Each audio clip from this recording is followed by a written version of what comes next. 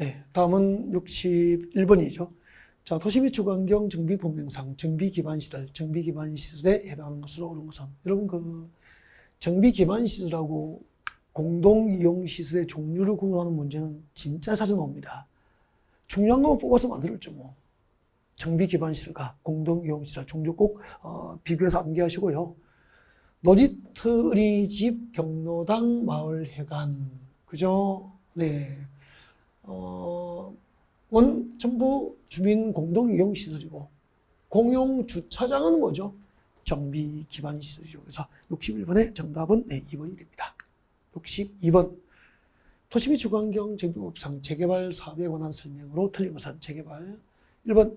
정비계획 위반을 위해서 정비 전구역별 정비계획 수립 시기가 도래한 때 안전진단 실시해야 한다. 여러분, 정비계획 위반 여부를 결정하기 위해서 안전진단 실시를 필요로 한 사업은 재개발이 아니고 뭐죠? 재건축만 그래요. 그래서 재개발 사업에 관한 설명을 틀린 것은 1번이죠. 1번. 나머지는 맞죠. 상업지역, 공업지역 등에서 도시기능 회복과 상권 활성화 등을 위하여 도시환경 개선을 목적으로 하면 재개발이잖아요. 토지 등 소유자는, 재개발할 때 토지 등 소유자는 정비구역에 위치한 토지 소유자, 건축물 소유자, 지상권자 정확하잖아요. 4번. 재개발 사업은 인가와 등 관리 첨가에 따라서 뭘 공부하죠? 건축물을 건설 공부하나, 그리고 환지로 공하는 방법을 하잖아. 재개발 사업의 사업 시행 방법 정확하잖아. 5번. 토지 등 소유자는 단계별 사업 추진 계획상 정비 예정 구역별 정비계획 위반 시기가 지났음에도 불구하고 정비계획 위반이 되지 않는 경우 위반권자에게 그렇죠. 정비계획 위반을 제한할 수도 있어요. 정답은 네, 1번이 정답입니다. 재개발 사업은 정비계획 위반을 위한 안전진단 실시 대상이 아니니까 1번이 답이에요. 다음 63번 보겠습니다. 도시 및 주거환경 정비법상 정비구역 등의 해제, 정비구역 등 해제에 관한 설명을 틀린 것은, 여러분, 정비구역 지정을 해제할 수 있죠. 임의사항이잖아. 임의사항이잖아. 임의사항하고 또 일정한 요건에 해당하면 반드시 정비구역 지정을 해제하여야 할 의무사항으로 구분해서 해제 사유, 임의사항과 의무사항을 구분해서 우리가 수험 준비했죠. 자, 이것을 염두에 두고 같이 봅니다. 지정권자는 토지 등 소유자 100분의 30 이상의 해제 요청할 경우에는 정비구역 지정을 해제할 수 있다. 맞죠? 임의적 해제자가 할 수 있으니까 토지 등 소유자 100분의 30 이상의 해제를 요청할 경우에는 정비구역 지정을 해제할 수 있어.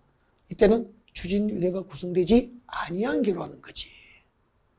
근데 추진위원회가 이미 구성돼 버렸거나 조합이 설립된 정비구역에서는 토지 등 소유자 과반수죠. 과반수 동의로 요청이 가능한 거야. 이걸 비교해야 돼, 비교. 정답은 2번인데, 아셨죠? 조합 설립 추진위원회가 구성되기 전까지는 토지 등 소유자 100분의 30 이상의 동의로 해제 요청이 가능하지만, 조합이 설립됐거나 추진위원회가 구성된 경우에는 네, 토지 등 소유자 과반수 이상의 동의로만 해제 요청이 가능하다 이 말이야. 비교해서 기억했으면 좋겠고. 정답은 2번이에요. 3번. 지정권자는 해제된 정비구역을 도시재생선도구역에 지정할 국토교통장관에게 요청할 수 있죠. 그리고 재개발 사업과 재건축 사업을 시행할 때 해제된 정비구역의 지정권자는 해제된 정비구역을 주거환경 개선구역으로 지정할 수 있고요. 5번. 정비구역 등이 해제 고시된 경우에는 그렇죠. 추진위원회 구성승인과 조합 설립인가는 의미가 없잖아요. 취소된 것으로 본다.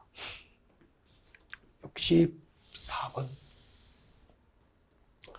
도시 및 주거환경 정비법상 관리 처분 계획에 관련된 설명으로 틀린 거죠. 네, 1번. 관리 처분 계획은 그렇죠. 분양 설계, 분양 대상자의 주소와 성명 등을 내용으로 합니다. 정확하고. 특별시랑 광역시랑 도지사는 관리 처분 계획 인가 시기를 조정하도록 시랑 군수구청에 요청할 수 있고, 그때 인가 시기 조정 시기는 네, 인가를 신청한 날부터 1년을 넘지 않는 범위 안에서 관리 처분 계획 인가 시기가 조정될 수 있죠. 오케이. 그 다음에 정비구역 지정 후 분할된 토지를 지정한 자에게는 현금을 청산할 수 있죠. 그 다음에 정비구역 지정 후 분할된 토지 또는 집합 건물의 구분 소유권을 취득한 자에게는 현금 청산을 할 수 있고요. 이 부분은 조금 개정된 부분이에요. 5번 과밀 억제권역에 위치하지 않은 재건축 사업의 토지는 소유자인 경우에는 도심입니까? 외곽지입니까? 저 두 가지 있는 외곽지에 있단 말이야. 그래서 수도권 정비구역급상 과밀 억제권역에 위치하지 않은 재건축 단지의 토지 등 소유자의 경우에는 그 토지 등 소유자가 소유한 주택 수범에서 3주택까지 공급하는 게 아니고 토지 등 소유자가 소유한 주택 수 범위 안에서 소유 주택 수만큼 공급할 수 있죠. 소유 주택 수만큼 공급할 수 있어. 소유 주택 수만큼 공급할 수 있다. 그래서 5번이 정답이 됩니다. 65번. 건축법상 용어 정의에 관련된 설명으로 틀린 것은 지하층은 건축물의 바닥이 지표면 아래에 있는 층으로서 그 바닥에서부터 지표면까지의 평균 높이가 해당 층 높이의 얼마? 2분의 1 이상이고 정확한데 고층 건축물은 층수가 30층 이상이거나 높이가 120m 이상이면 고층 건축물이잖아. 건축협정이란 용적률을 개별 대지마다 적용하지 않고 두 개 이상의 대지를 대상으로 용적률을 통합 적용하여 건축하는 것은 건축협정이 아니고 뭐죠? 결합건축이죠. 결합건축을 설명한 거죠. 그 정답은 3번이 되는 거예요. 다음 건축법상 주요 구조는 이렇게 오잖아 우리가. 내기 바보지 계단에서 내기하면 바보 된다. 내기 바보지 계단에서 맞잖아요. 다중이용 건축물. 자, 문화재 집회시로서 그 바닥 면적이가 5,000제곱미터 이상이면 다중이용 건축물이고 단 문화재 집회시설 중에서 동식물은 포함입니까? 제외입니까? 제외. 정확하잖아. 그래서 맞는 것은 3번. 틀린 것은 3번이 정답이 되는 거죠. 66번 하겠습니다. 건축법령상 공작물을 축조할 때 특별자치시장, 특별자치회사, 시장, 군수, 구청장에게 공작물 축조 신고를 해야 할 공작물 범위로 틀린 겁니다. 그렇죠. 높이 6m를 넘는 굴뚝은 축조 신고 대상 맞습니다. 여러분 태양에너지 이용 발전 설비도 높이 몇 미터? 5m를 넘어야 축조 신고 대상에 해당하잖아. 틀린 것은 2번이고 지하 대표는 바닥 면적 기준 30제곱미터를 넘으면 축조 신고 대상이고 장식탑 4m 고가 수준 높이 8m를 넘는 것은 축조 신고 대상이 되죠. 오케이. 그래서 정답은 2번이고 단순 암기사항인데 이것도 시험에 나오는 부분이기 때문에 잘 암기를 하고 계셔야 돼요. 네. 67번 보겠습니다. 건축법상 건축 절차에 관련된 설명으로 옳은 겁니다. 1번 사전결정 신청자는 사전결정 통지받고 2년 이내에 뭘 해야 되죠? 착공신고 아니고 건축 허가를 신청해야 되죠. 만약에 사전결정 통지를 받고 2년 내에 건축허가 신청이 없습니다. 사전결정 통지의 효력은 실효가 되어버리니까. 근데 2년 보고 보통 정답 찾고 실수하잖아요. 다음 4번. 2번. 건축을 받은 후로부터 2년 내에 공사에 착수하지 않는 경우 그 허가를 취소할 수 있다가 아니고 건축허가 받고 2년 내에 건축공사 착수를 하지 않는 경우에는 취소하여야 한다. 건축법상 건축허가는 기속 취소니까 취소 사유가 있으면 취소하여야 한다. 그렇게 되죠. 기속 취소. 주택법상 사업계획 승인 취소는 임의 취소. 건축허가는 기속 취소. 그렇게 구분하셔야 돼요. 그 다음에 67번 3번이죠. 네, 3번 보겠습니다. 건축위원회 심의를 받은 자가 심의 결과 통지를 받고 2년 내에 건축을 신청하지 않으면 그 심의의 효력은 상실되죠. 이게 정답이 되네요. 다음 4번. 허가권자는 연면적 5,000제곱미터 이상인 건축으로서 해당 자치단체 조례로 정하는 건축에 대해서 착공신고를 하는 건축주에게 건축공사비 1% 부분에서 예치하게 할 수 있어요. 이게 건축공사 안전관리 예치금이고요. 건축공사 안전관리 예치금의 예치 대상은 연면적 1,000이죠. 연면적 1,000제곱미터 이상인 건축물은 건축공사비 1% 부분 안에서 1% 부분 안에서 건축공사 현장이 장기간 방치될 것에 대비해서 안전관리 예치금이죠. 안전관리 예치금, 안전관리 예치금을 예치하게 할 수 있죠. 5번, 건축 신고를 한 자가 그 신고로부터 6개월 내에 공사에 착수하지 않으면 신고의 효력은 없습니다. 6개월 아니고 몇 년이죠? 1년이죠. 1년. 1년 내에 착수하지 않으면 그 신고의 효력은 실효가 됩니다. 1년입니다. 어렵지 않아요.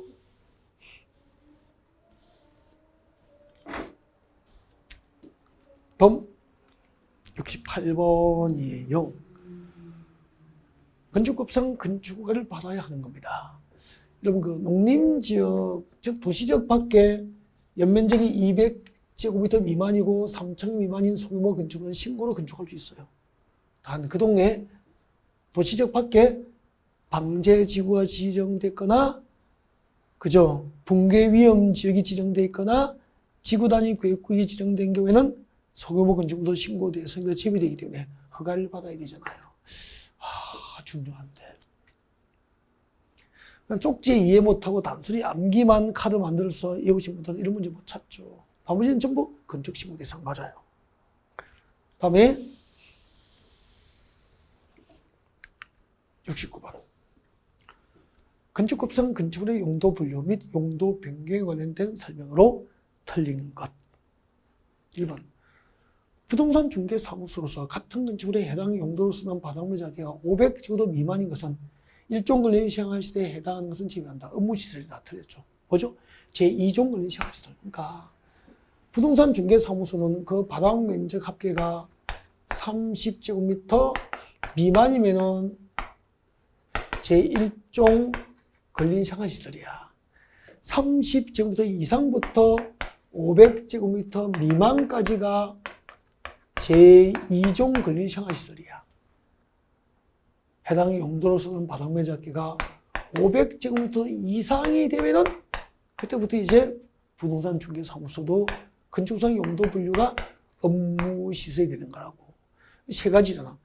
부동산 중개사무소의 바닥 면적이 30제곱미터 미만이면은 1종 근린이 시행할 시설. 30제곱미터 이상부터 500제곱미터 미만까지 2종 근린이 시행할 시설. 500제곱미터 이상부터 업무시설 이렇게 된다고. 그래서 틀린 것은 1번. 1번이 정답이 되죠. 다음 70번이에요. 건축법상 공개공지 확보에 관련된 설명이죠. 공개공지 확보도 출제 가능성이 상당히 높은 부분이에요. 네. 노후 산업단지 정비가 필요하다고 인정해서 지정공간 지역은 굴조 공개공지 확보 대상 지정받습니다. 2번 공개공지를 설치한 경우에는 해당 용도 지역에 적용될 용적률 1.2배 이하 범위 안에서 용적률 완화 적용이 가능합니다. 그 다음에 운수시설로서 바닥면적 합계가 5,000제곱 이상인 여객용 시설은 그렇죠. 강남 고속도로 터미널 같은 거 공개공지 확보 대상이 맞습니다. 4번 공개공지 설치 대상이 아닌 건축물의 대지에 법령상 적합하게 공개공지를 설치한다면은 네, 공개공지 설치 제공 시 완화되는 법 56조 건축물 용적률 완화에 관한 규정을 그대로 준용해서 완화해 줍니다. 그러니까 본래 공개공지 설치 대상이 아닌데 법령에 적합하도록 공개공지를 설치하면 용적률 완화해 준다 이 말입니다. 5번 조경면적과 매장문화재 현지 보존조치 면적을 공개공지 면적으로 할 수 있습니다. 하여튼 아이 된다가 틀린 거죠. 5번이 정답이에요. 71번 건축법상 특별건축구역에 관련된 설명으로 틀린 것은 1번 시도지사는 그렇죠. 지방자치단체가 국제행사를 개최하는 도시의 사업구역을 대상으로 할 때는 특별건축구역을 누가 지정합니까? 시도지사가. 그 다음에 국토교토장관은 국가가 국제행사를 개최하는 도시의 사업구역을 대상으로 할 때는 국토교토장관의 지정. 지방자치단체가 국제행사 등을 개최하는 도시의 사업구역을 대상으로 할 때는 시도지사가 지정. 그렇게 되죠. 그래서 1번은 정확한데요.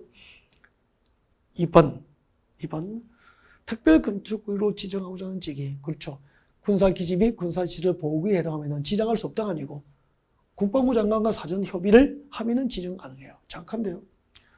특별건축구역 지정으로부터 5년 내에 그 지정 목적에 부합하는 건축물 착공이 이루어지지 않는 경우 그 지정은 해제될 수 있고요. 해제 사유입니다. 해제 사유. 4번 특별건축구역을 지정하거나 변경한 경우에는 용도지역, 용도구역의 지정과 변경에 관한 도시군관리구역 결정이 이송서문 다 틀렸습니다. 1번 특별건축구역을 지정하고 변경한 경우에는 국토교육법상 도시공관리구역 결정이 이성적으로 본다. 맞아요. 단 도시공관리구역 결정 대상 중에서 용도지역, 용도지구, 용도구역의 지정과 변경은 어제 대상에 포함됩니까? 이것은 제외됩니까? 이것은 제외돼요. 그래서 정답은 4번이에요. 개발제한구역의 지정 및 관리에 관한 특별조치법상 개발제한구역은 특별건축을 지정할 수 없다가 아니고 그렇죠. 그렇죠. 좀 개발제한구역은 건축법상 특별건축을 지정할 수 없죠. 계자접유죠. 그래서 개발제한구역, 자연공원, 접도구역은 특별건축을 지정할 수 없죠. 오케이. 정답은 4번이었어요. 72번. 주택법상 하나의 주택단지로 할 수 있는 겁니다. 하나의 주택단지로 할 수 있는 것. 철도, 고속도로, 자동차 전용 도로로 분리된 주택단지는 하나입니까? 별개입니까? 이를 각각 별개의 단지로 봅니다. 폭 20m 이상인 일반 도로로 분리된 주택단지도 별개의 주택단지로 보잖아. 예정도로는 폭 몇 미터? 8m 이상. 8m 이상인 예정도로로 분리돼야 별개의 주택단지로 본다고. 그럼 6m, 폭 6m인 예정도로로 분리된 것은 별개입니까? 하나의 단지로 봐야 됩니까? 하나의 주택단지로 본다고. 그래서 정답은 3번이에요. 73번. 주택법상 용어정의에 관련된 설명, 용어정의에 관련된 설명으로 틀린 거. 1번. 민영주택은, 그렇죠. 국민주택을 제외한 주택은 민영주택이죠. 토지 임대부 분양주택, 반값 아파트잖아요. 토지 소유권은 사업시행자. 건축물과 복리시설 소유권은 분양받은 자가 가지는 주택이죠. 리모델링 주택조합은 누가 만들죠? 공동주택 소유자가 해당 공동주택을 리모델링하기 위해서 설립합니다.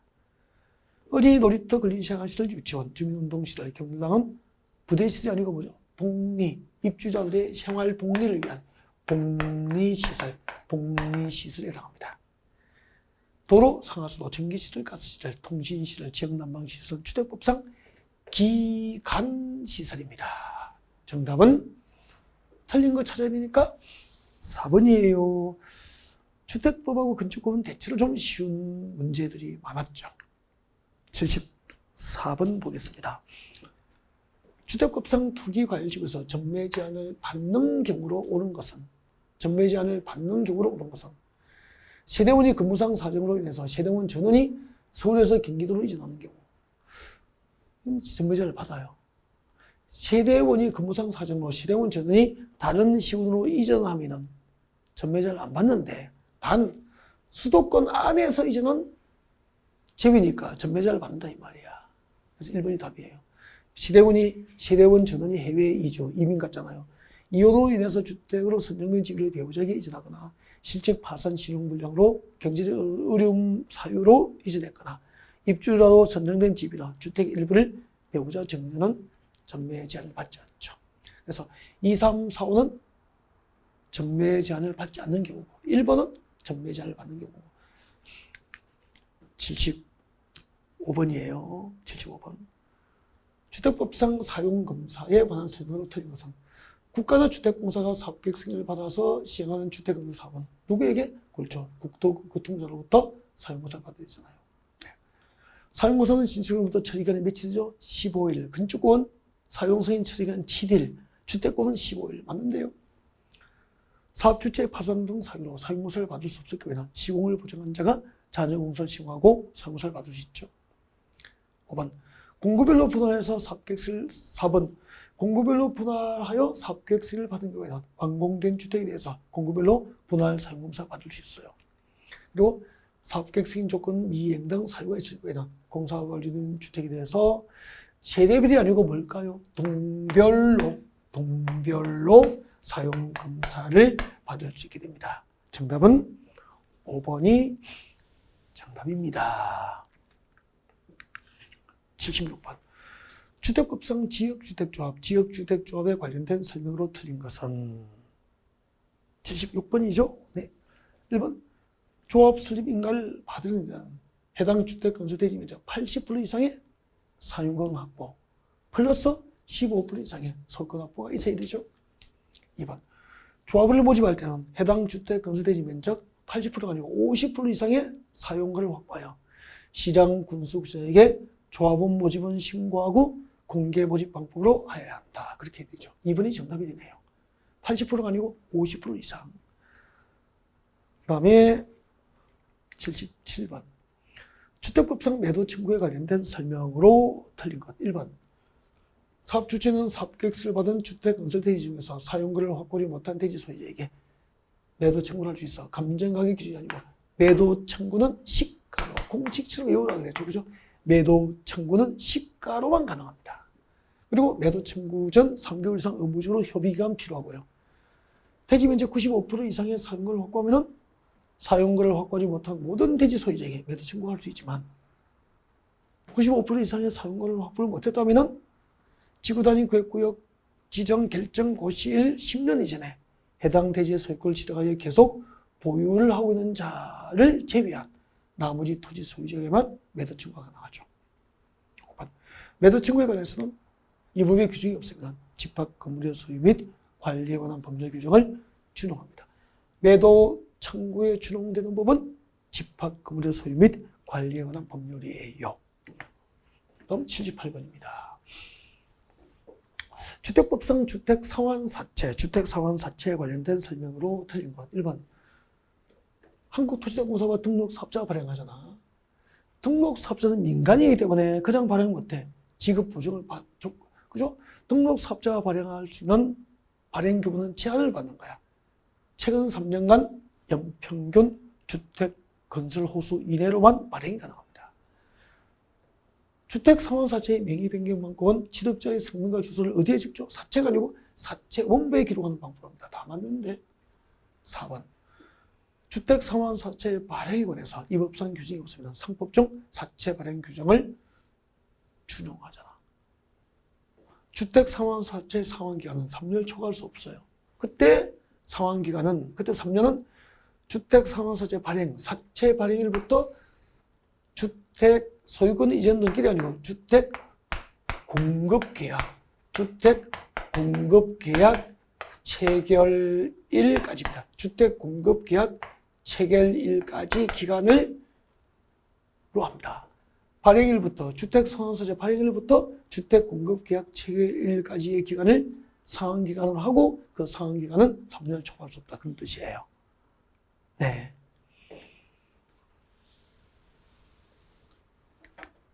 네, 답은 79번이고요. 자, 농지법상 농지 소유에 관한 설명으로 옳은 것은 1번. 주말 점령농을 하려고 농업진흥지역 내외의 농지를 소유할 경우 자기의 농업 경쟁에 이용하거나 이용할 자가 아니어도 된다. 틀렸습니다.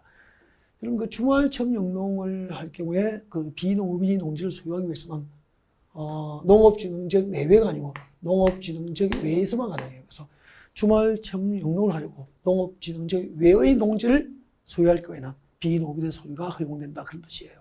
다음, 1번의 경우 주말 점령농을 목적으로 할 때는 총 1,000제곱 미만의 농지를 소유할 수 있는데 이 경우 면적 계산은 세대원 각자가 아니고 세대원 전부가 소유한 면적이 1,000제곱 미만이어야 합니다. 3번, 농지를 취득하려는 자는 농지 소재지를 관할하는 시장, 업장, 면장 또는 구청장에게서 농지 취득 자격증을 발급받죠. 발급기간은 시장, 업장, 면장, 구청장. 정확합니다. 3번이 정답이 되죠. 4번. 농업법인의 합병으로 농지를 취득할 때는 농지 취득 자격증 발급을 면제받습니다. 네. 그 다음에 그래서 발급받아야 농지를 취득할 수 있다. 틀렸죠. 발급 면제입니다. 5번. 농지 투기가 성행하거나 성행할 우려가 있는 지역에 농지를 취득하려는 자가 농지 취득 자격증을 발급 신청한 경우에는 의무적으로 농지위원회 심의를 거치고요. 농지위원회 심의를 통과하지 못하면 투기 가능성이 있는 지역에서는 농지 취득 자격증을 발급받지 못하도록 규제를 하고 있는 거죠. 네, 정답은 3번이었습니다. 다음 드디어 이제 80번까지 왔구나. 농지법상 임대차, 사용대차, 계약에 관련된 설명으로 틀린 것은 65세가 아니고 60세 이상으로서 자기의 농업경영에 이용한 기간이 5년이 넘은 농지는 합법적으로 임대나 사용대가 허용됩니다. 1번이 정답이죠. 틀린 거니까. 농지법상 임대차 계약과 사용대차 계약은 서명계약 원칙이고 등기가 없어도 네, 시급 면장에 확인받고 인도받으면 효력이 발생하고 또 농지임대차 조정위원회에서 작성한 조정안을 임대차 계약 당사자가 수락하면 이를 해당 임대차 당사자 간에 체결된 계약 내용으로 봅니다. 그리고 5번 임대차 계약의 당사자는 임대차 기간과 임차료 등 임대차 계약에 관하여 서로 협의가 이루어지지 아니한 경우에는 소재지 관할 시장 군수구청장에게 조정을 신청할 수 있게 됩니다. 자, 여기까지고요. 자, 1회 모의고사 시험 보시고 또 해설 강의 들으시느라고 네, 고생 많으셨고요. 해설 강의와 해설집 다 보셨을 것 같은데 부족한 부분은 다시 한 번 더 옆에 총정리 이론 강의 기본서를 펼쳐놓고 같은 영역에서 틀리지 않도록 복습을 잘 하셔서 모의고사의 효과가 배가 될 수 있도록 했으면 좋겠습니다. 여러분 끝까지 함께 하시고요. 힘내십시오. 수고하셨습니다.